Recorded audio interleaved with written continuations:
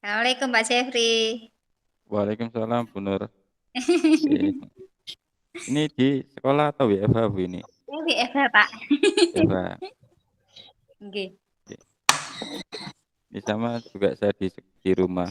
Hanya kalau di sekolah takutnya malah wifi-nya nggak jalan. Oh iya ya Pak ya. Iya. Saya juga di rumah ini. Hanya kalau di sekolah itu, Bu, ini beberapa hari ya ada trouble. Gara-garanya itu ya sepele. Itu kabel wifi-nya itu kena masalah gara-gara musim layangan loh ini. Musim layangan Pak. Iya. Ini itu Pak, ore-orean apa hanya mendengarkan atau butuh catatan-catatan? Oh, itu aja Bu disimak saja. Ini hanya sekedar memaparkan hasil kemarin. Gitu. Sering loh. Oh, nggih. Iya Oke. Pak, siap. Kembali.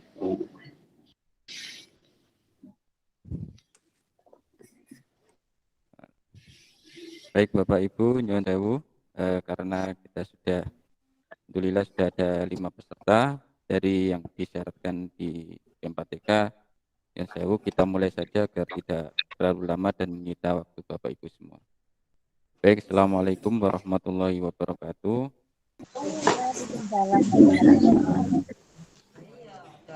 Bismillahirrahmanirrahim. Alhamdulillahirrahmanirrahim. Allahumma sholli ala sayyidina Muhammad wa ala ali sayyidina Muhammad. Yang saya hormati Bapak Agus Taufiqiawan selaku Ketua MPMPIPA Kabupaten Rembang, dan yang saya hormati rekan-rekan semua guru IPA di Kabupaten Rembang, ada Bu Riyati, Bu Saras, Bu Nur Aini, dan Pak Malik. Terima kasih sudah meluangkan waktunya untuk mengikuti kegiatan kami. Jadi kegiatan kami ini adalah serangkaian tugas dari kegiatan di Damba yang diselenggarakan oleh B4TK Kemendikbud Angkatan 8. Dalam kegiatan tersebut terbagi menjadi banyak submateri. Materi yang kami pilih dan kami ikuti adalah tentang pembelajaran FUIDA untuk tingkat IPA SMP. Namun sebelum Bapak Ibu kita akan melanjutkan kegiatan ke inti materinya, mohon nyuwun sewu di link komen sudah kami share untuk link Google Form untuk daftar hadir. Nyuwun sewu bisa diisi dulu, dan nyuwun sewu untuk sebelumnya mohon sakit kamera diaktifkan sebentar untuk saya ambil screenshot untuk dokumentasi kegiatan. Nyuwun sewu kalau bisa kamera dinyalakan sebentar untuk saya ambil dokumentasi untuk kegiatan. Kalau sedang kondisinya tidak memungkinkan, tidak apa-apa. Ada yang perlu cari kerudung. Halo Bunda Raini. Sehat Halo. Pak. Selamat pagi semuanya. Pagi.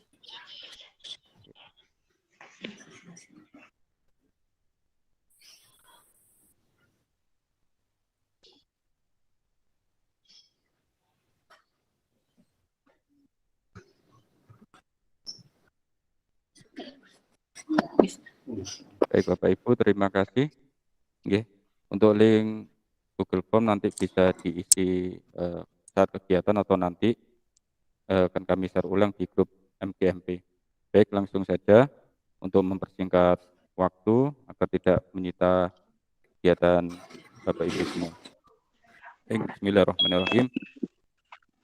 Jadi mohon izin kegiatan diseminasi ini dilaksanakan untuk memenuhi tugas terakhir dari kegiatan Hidamba, yaitu pelatihan untuk guru-guru IPA yang diselenggarakan oleh PM4TK IPA. Untuk materi yang kami pilih adalah materi fluida untuk IPA SMP. Di sekilas tentang Hidamba, apa itu sebenarnya Hidamba? Hidamba merupakan kegiatan yang dilaksanakan oleh PM4TK yang mempunyai tujuan umum, yaitu untuk meningkatkan kemampuan PTK IPA atau guru IPA dalam melaksanakan tugasnya, serta meningkatkan kompetensi dan performa sebagai pendidik. Sedangkan untuk tujuan khususnya yaitu untuk memperluas akses pendidikan dan pelatihan untuk guru-guru IPA, terutama manfaat dari kegiatan ini adalah kegiatan ini bisa diikuti oleh semua guru IPA, terutama di daerah-daerah yang sulit di luar Jawa, dan juga untuk meningkatkan kompetensi profesional dan pedagogik. Kemudian hasil yang diharapkan dari kegiatan ini terhadap para peserta yang mengikutinya adalah meningkatkan pedagogiknya dan kemudian meningkatkan kompetensi peserta dalam mengembangkan media pembelajaran. Jadi salah satu hasil akhirnya dari kegiatan ini adalah membuat media atau alat peraga yang digunakan untuk menyelesaikan permasalahan yang timbul dalam kegiatan pembelajaran IPA. Dalam hal ini adalah pembelajaran tentang materi fluida. Jadi kegiatan ini dilaksanakan secara online, tetapi dengan mode menggunakan LMS seperti Google Classroom dan sejenisnya. Materi yang kami ikuti adalah materi fluida untuk tingkat SMP. Kita langsung saja.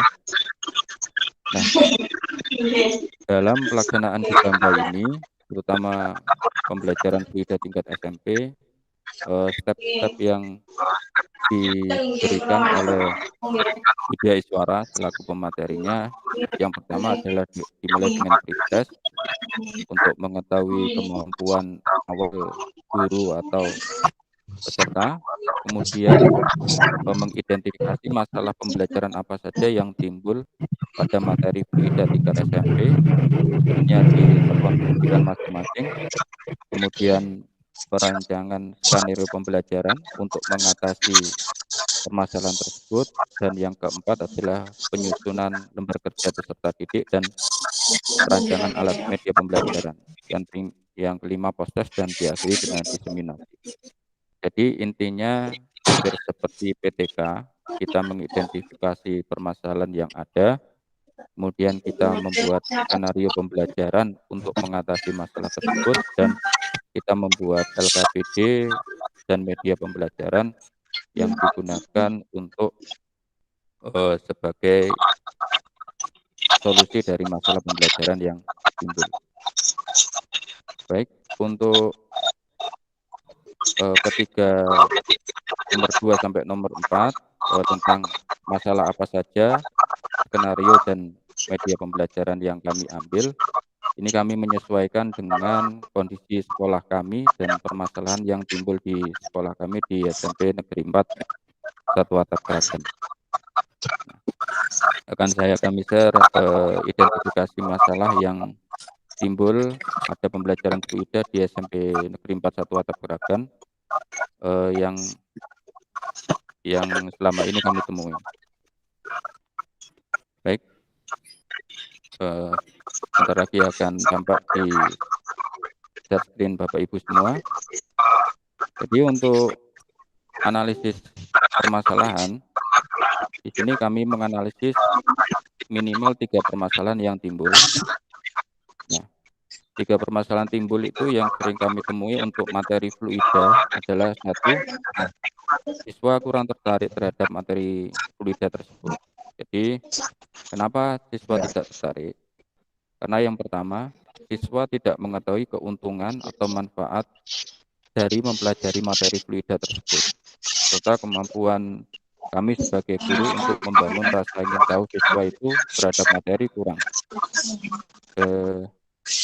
Kalau dalam bahasa lebih mudahnya begini, siswa itu tidak tahu keuntungan apa sih yang kita dapatkan dari memahami atau mempelajari materi fluida. Bahkan kata fluida sendiri pun bagi siswa ini juga merupakan kata yang baru, istilah yang baru. Jadi tidak bisa membayangkan fluida itu seperti apa, gunanya seperti apa. Walaupun di awal kita memberikan contoh-contoh aplikasi fluida dan kehidupan sehari-hari seperti pada dongkrak hidrolik, mesin pengangkat cuci mobil, dan lain sebagainya. Tapi di situ siswa atau peserta didik belum menemukan kemenarikan apa yang didapatkan dari materi fluida tersebut. Solusi dari masalah pertama ini adalah kami dulu mencoba untuk mendemonstrasikan peristiwa yang berhubungan dengan fluida yang dapat menggugah rasa ingin tahu siswa itu. Salah satu demonstrasi yang kami lakukan adalah mungkin juga Bapak Ibu juga sudah tahu semua, yaitu air yang diberi telur, kemudian telur yang dimasukkan ke dalam air, kondisi awalnya adalah telur itu akan tenggelam.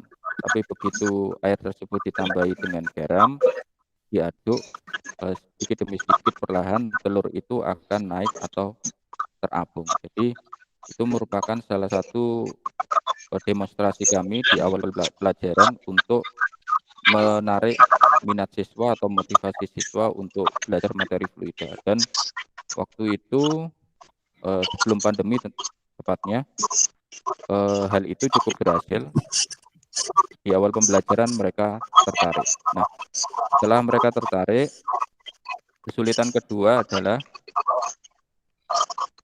siswa kesulitan untuk mengaplikasikan persamaan-persamaan dalam materi fluida. Ini merupakan salah satu kesulitan atau permasalahan yang kami temui. Persamaan dalam materi fluida ini ada banyak. Ada hukum Pascal, hukum hidrostatis, hukum Archimedes, dan kemudian ada kapilaritas dan lain sebagainya. Dalam hal ini, siswa-siswa kami mengalami kesulitan terutama dalam melakukan perhitungan atau operasi matematis terhadap rumus-rumus tersebut. Jadi saat mengaplikasikan atau menghitung rumus-rumus tersebut, ini siswa mengalami kesulitan. Salah satu sebabnya itu dikarenakan karena kemampuan matematis atau logika matematika dari peserta didik kami ini kurang maksimal. Jadi karena ini adalah permasalahan yang berhubungan dengan mata pelajaran lain, dalam hal ini matematika, jadi kemampuan matematika dalam mengaplikasikan persamaan atau rumus ini sangat diperlukan. Dan di situ adalah akar permasalahannya, karena kemampuan matematis atau operasi matematika dari peserta didik kami ini agak kurang. Solusi yang bisa kami ambil, yang dulu kami ambil, tidak hanya di materi fluida, kami menjelaskan ulang cara melakukan operasi matematika. Bagaimana kalau variabel itu dipindah melewati sama dengan dan sebagainya, itu kami mengajarkan lagi dari awal. Nah, tentu dengan cara tersebut ada konsekuensinya. Konsekuensi plusnya adalah siswa mulai memahami operasi-operasi dasar matematika dan cara menggunakan rumus. Tapi minusnya, hal tersebut akan memotong atau mengurangi jam pelajaran yang harusnya digunakan untuk menyampaikan materi intinya, yaitu fluida. Solusinya yaitu kita bisa membuat caranya itu kita bisa bentuk dalam membuat sebuah modul, atau kita bisa rekam, kita buat konten video yang kemudian kita posting, sehingga siswa itu bisa menontonnya di waktu-waktu di luar jam pelajaran. Kemudian, identifikasi masalah yang ketiga adalah siswa atau peserta didik kesulitan dalam memahami atau menggambarkan konsep kejadian dalam materi fluida. Contohnya seperti ini. Dalam peristiwa Archimedes ada terapung, tenggelam, dan melayang. Itu ada hubungannya dengan massa jenis zat dan massa jenis fluidanya. Nah, di situ kemampuan siswa dalam membayangkan kenapa massa jenis ini pada kondisi ini dia terapung, kenapa massa jenis ini pada kondisi tertentu bisa melayang, membayangkan massa jenis sendiri pun itu menjadi PR bagi peserta didik kami. Jadi di situ kami mencoba memberikan analogi massa jenis itu seperti apa sih, kenapa bisa melayang, kenapa bisa tenggelam seperti itu. Salah satu contohnya kami memberikan analogi begini, bahwa massa jenis yang besar itu artinya bahwa di dalam satu volume zat tersebut, partikel penyusun zatnya atau partikel zatnya itu jumlahnya banyak dibandingkan dengan massa jenis zat yang kecil. Jadi massa jenis zat yang kecil itu volume partikelnya atau jumlah partikel dalam volumenya itu lebih sedikit. Sehingga karena yang satu punya jumlah partikel lebih besar, sedangkan yang satu punya jumlah partikel lebih sedikit, maka yang besar ini akan lebih berat dan akan turun ke bawah. Di situ kami memberikan logika tentang seperti terjadinya konversi, kenapa penguapan itu bergerak ke atas dan sebagainya. Kami menghubungkan dengan logika tentang massa jenis atau partikel tersebut. Tentu dengan hal tersebut tidak menjadikan 100% siswa bisa memahami, karena massa jenis ini merupakan hal yang abstrak yang bagi siswa SMP merupakan peralihan dari pemikiran yang konkret menuju pemikiran yang abstrak. Jadi dengan pemikiran yang abstrak ini siswa atau peserta didik kami mulai latih untuk melakukan bisa berpikir abstrak, membayangkan massa jenis, membayangkan partikel, sesuatu yang tidak bisa dilihat secara langsung. Kemudian setelah kami melakukan identifikasi masalah, di situ kami mulai menyusun skenario pembelajaran yang tujuannya untuk mengatasi permasalahan pembelajaran tersebut. Skenario pembelajarannya seperti ini, ya seperti RPP biasa di sini. Di sini kami mengambil materi tentang tekanan zat cair, tepatnya tentang tekanan hidrostatis. Jadi indikator yang kami ambil adalah peserta didik mampu menjelaskan konsep tekanan hidrostatis, mendeskripsikan komponen apa saja yang mempengaruhi tekanan hidrostatis, dan menyajikan data hasil percobaan. Jadi di sini titik berat kami pada skenario pembelajaran ini adalah peserta didik dapat mengetahui komponen apa saja yang mempengaruhi tekanan hidrostatis, dan hal itu didapatkan dengan menyajikan data yang diambil dari percobaan. Kemudian pada tahapan pembelajarannya kami menggunakan model pembelajaran inquiry. Ini skenarionya. Titik utamanya adalah pada kegiatan inti, yaitu merencanakan dan memprediksikan hasil. Di sini kami memberikan percobaan yang seperti ini. Ini adalah percobaan yang ada di buku siswa, yaitu dengan membuat pipa U sederhana, kemudian nanti kita masukkan ke dalam zat cair, yang tujuannya adalah agar siswa mengetahui bahwa pada tekanan zat cair itu salah satu komponen yang berpengaruh adalah kedalaman benda dalam zat cair. Jadi kalau semakin dalam benda tersebut, maka tekanan yang diterima oleh benda tersebut juga akan semakin besar. Nah, tekanan yang semakin besar itu nanti bisa diidentifikasi dari perubahan ketinggian zat cair yang mengisi pipa U ini. Kemudian siswa akan mengisikan pada tabel ini dengan memanipulasi selang yang masuk dalam zat cair dan menghitung selisih ketinggiannya. Nah, ini sekarang pembelajarannya. Sekarang di tugas berikutnya kami membuat LKPD dan juga membuat alat peraganya. Jadi pada LKPD-nya yaitu seperti ini. Kami membuat alat seperti ini, alat yang kami buat sendiri, yaitu dengan memanfaatkan selang kecil, atau ini biasanya kita temukan di toko bangunan, yaitu selang yang biasa digunakan tukang untuk bangunan, kemudian karton, dan juga baskom berisi air. Nah, cara kerjanya nanti adalah dengan memasukkan ujung selang yang bebas ini ke dalam zat cair yang ketinggiannya kita ubah-ubah, mulai dari ketinggian yang mulai dari kedalaman yang kecil sampai kedalaman yang paling dalam, dan kemudian nanti kita catat selisih ketinggiannya di sini. Ini adalah rancangan LKPD-nya, sama seperti di skenario pembelajaran. Data hasil pengamatan nanti akan dituliskan di sini, dan kemudian sebagai tindak lanjutnya peserta didik diminta untuk menjawab soal ini, yang mana nanti diharapkannya peserta didik mampu menjawab dari hasil percobaannya, dan di situ mereka bisa memperoleh pemahaman sendiri tentang komponen apa saja yang berpengaruh kepada tekanan zat cair. Nah, salah satu nanti kata kuncinya adalah di pertanyaan ini, nomor 2, bagaimanakah selisih ketinggian zat cair pengisi selang saat ujung selang dimasukkan semakin dalam. Nah, berarti nanti kalau dimasukkan semakin dalam, bagaimana selisih ketinggiannya?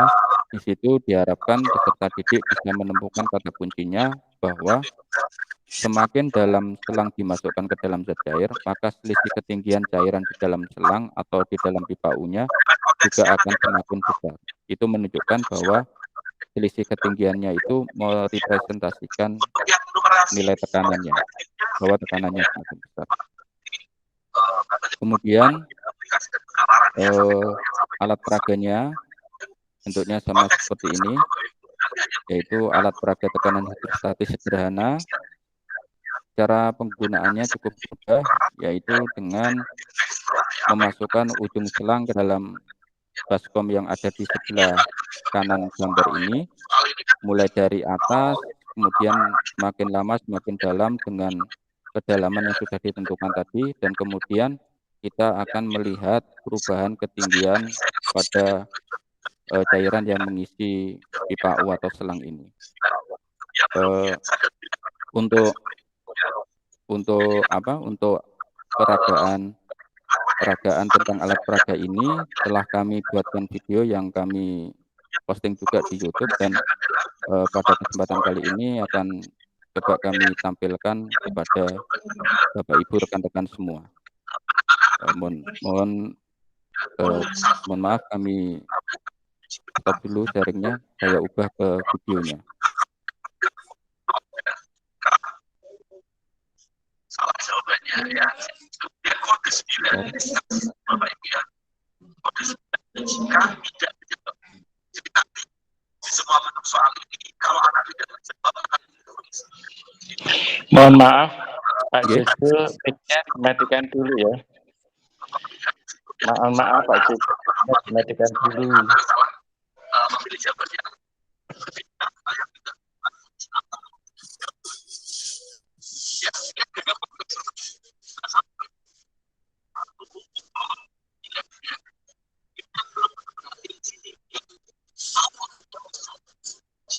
Sebentar kami carikan dulu videonya.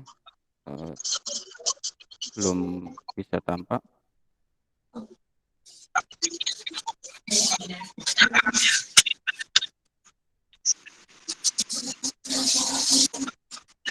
Pak Jojo, mic-nya dimatikan dulu ya, minta tolong.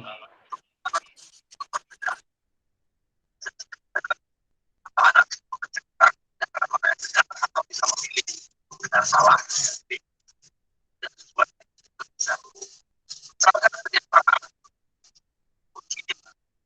Oke. Mohon maaf sebentar, Itu ini webinar double ya.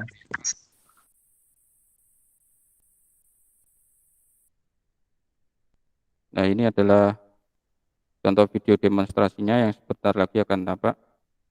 Jadi seperti ini Bapak Ibu, model alat peraga yang kami buat sederhana dan Bapak Ibu juga saya rasa juga sudah bisa mengetahui nanti arah peragaannya akan kemana. Nah, akan kami percepat sedikit untuk menuju ke nah, nah di sini kami percepat sedikit bahwa di sini kami memasukkan ujung selang yang bebas, jadi ujung selang yang ini akan masuk ke dalam air. Di sini kami masukkan ke kedalaman yang cukup rendah. Jadi di sekitar permukaan, di situ kita mendapati selisih ketinggian pada zat pengisi selang ini. Selisihnya cukup sedikit. Jadi ada selisih tapi tidak terlalu besar. Ini menunjukkan bahwa dengan kedalaman yang tidak dalam atau dengan kedalaman kecil, maka tekanan yang diterima ujung selang ini pada posisi tersebut juga tekanannya kecil, atau kalau cukup dangkal maka tekanannya kecil. Kemudian kami ubah lagi bagaimana kalau ujung selang itu kami masukkan lebih dalam. Nah, ini adalah kondisi ujung selang saat kami masukkan sampai kedalaman yang cukup dalam pada baskom air. Di sini menunjukkan bahwa selisih ketinggian zat cair pada pengisi selang juga akan semakin besar. Nah, selisih ketinggian ini merupakan indikator yang menunjukkan tekanan yang diterima ujung selang pada zat cair tersebut. Selisih ketinggian yang besar itu menunjukkan bahwa tekanan yang diterima oleh ujung selang pada zat cair tersebut juga semakin besar. Sedangkan selisih ketinggian yang kecil itu menunjukkan bahwa tekanan yang diterima oleh ujung selang juga semakin kecil. Di sini tidak menunjukkan berapa nilai tekanannya, tapi di sini menunjukkan nanti kepada peserta didik bahwa semakin ke dalam atau semakin dalam ujung selang dimasukkan ke dalam zat cair, maka selisih ketinggian zat cair pengisi pipa U atau pengisi selang itu juga akan semakin besar bedanya. Ini menunjukkan bahwa semakin dalam, maka tekanannya juga semakin besar. Jadi inti dari alat peraga ini adalah memberitahu atau membuat peserta didik bisa menemukan kesimpulan atau titik poin bahwa kedalaman zat cair, kedalaman suatu benda dalam zat cair itu berbanding lurus dengan tekanan yang diterimanya. Dibuktikan dengan perbedaan selisih ketinggian zat cair pengisi pipa U ini yang semakin besar. Jadi kalau kedalaman yang rendah, selisih ketinggiannya kecil, semakin dalam kedalamannya maka selisih ketinggiannya juga besar. Baik Bapak Ibu, itu adalah rangkaian kegiatan yang kami ikuti dalam kegiatan di Damba, mulai melakukan identifikasi masalah, membuat skenario pembelajaran, sampai membuat LKPD dan alat peraga. Jadi kalau kita urutkan tadi dari awal bahwa permasalahan kami adalah siswa sulit membayangkan tentang komponen-komponen pada materi fluida ini. Dalam hal ini membayangkan bagaimana tekanan itu bagaimana bisa memvisualisasikan tekanan zat cair itu. Dan kemudian dalam skenario pembelajaran untuk mengatasi hal tersebut, kami membuat alat peraga. Salah satunya adalah alat peraga tekanan hidrostatis sederhana yang terbuat dari selang ini. Intinya menunjukkan kepada peserta didik bahwa kalau dia semakin dalam, suatu benda semakin dalam pada zat cair, maka tekanannya juga akan semakin besar yang diterima zat cair yang diterima benda tersebut. Dibuktikan dengan selisih ketinggian pada selang PPAU ini juga akan semakin besar. Nah, mungkin itu saja Bapak Ibu, rekan-rekan semua, sekilas tentang materi apa saja yang kami ikuti dalam di Damba Angkatan 8 ini. Jadi dalam diseminasi ini artinya dalam hal ini adalah kami sekedar sharing, membagikan pengalaman kami kepada Bapak Ibu guru semua. Saya yakin Bapak Ibu guru semua sudah memahami tentang ini semua, dan kami hanya sedikit sharing saja. Mungkin setelah ini Bapak Ibu bisa memberikan masukan, saran atau kritik terhadap hal yang telah kami lakukan dalam materi di Damba tersebut, agar kedepannya nanti kami bisa memperbaiki aplikasi skenario pembelajaran ini dalam pembelajaran yang sebenarnya di materi fluida. Itu saja yang bisa kami sampaikan Bapak Ibu. Silakan bagi Bapak Ibu yang ada saran atau kritik atau pendapat apa saja tentang hal ini, monggo kami persilakan. Monggo Pak Agus, Bu Saras, Pak Dawaril dan lain. Ya, terima kasih Pak Jeffrey waktu yang diberikan. Setelah saya mengamati hasil percobaan yang sedang lakukan, pada prinsipnya itu merupakan sesuatu yang menarik sekali. Namun karena ini dilakukan secara daring, mungkin kami belum bisa melihat secara detail. Untuk itu, kapan-kapan kalau itu nanti bisa panjenengan videokan, kemudian kami pun tentunya akan lebih menaik lagi, apalagi pada anak-anak. Jadi pada prinsipnya, apa yang telah Pak Jeffrey lakukan itu akan sangat membantu sekali dalam proses pembelajaran, terutama terkait dengan pembelajaran materi fluida. Terima kasih. Ya, terima kasih Pak Agus untuk sarannya. Monggo Bapak Ibu yang lain bisa memberikan saran atau tanggapan terhadap hasil yang kami ikuti dalam kegiatan di Damba ini. Monggo silakan.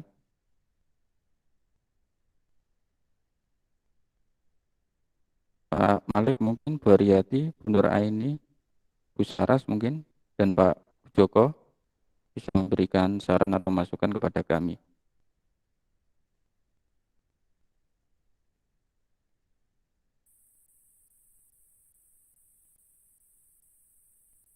Baik, kalau memang tidak ada, kami mengucapkan terima kasih sebesar-besarnya kepada Bapak Ibu semua yang telah meluangkan waktu untuk mengikuti sharing diseminasi dari kegiatan di Damba yang kami ikuti ini. Terima kasih sudah meluangkan waktunya.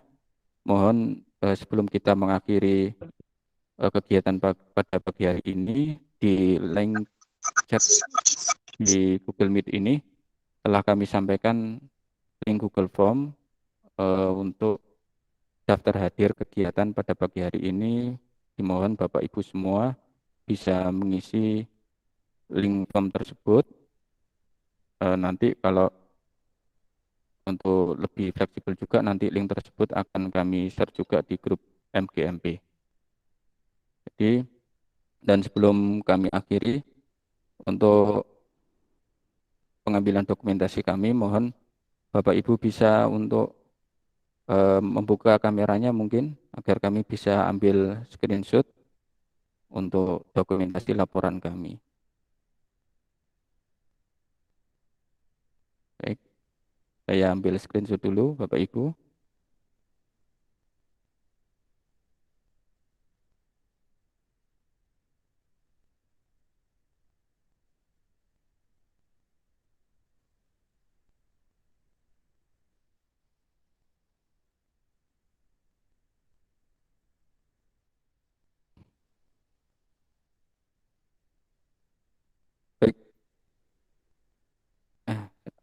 Saya ambil lagi.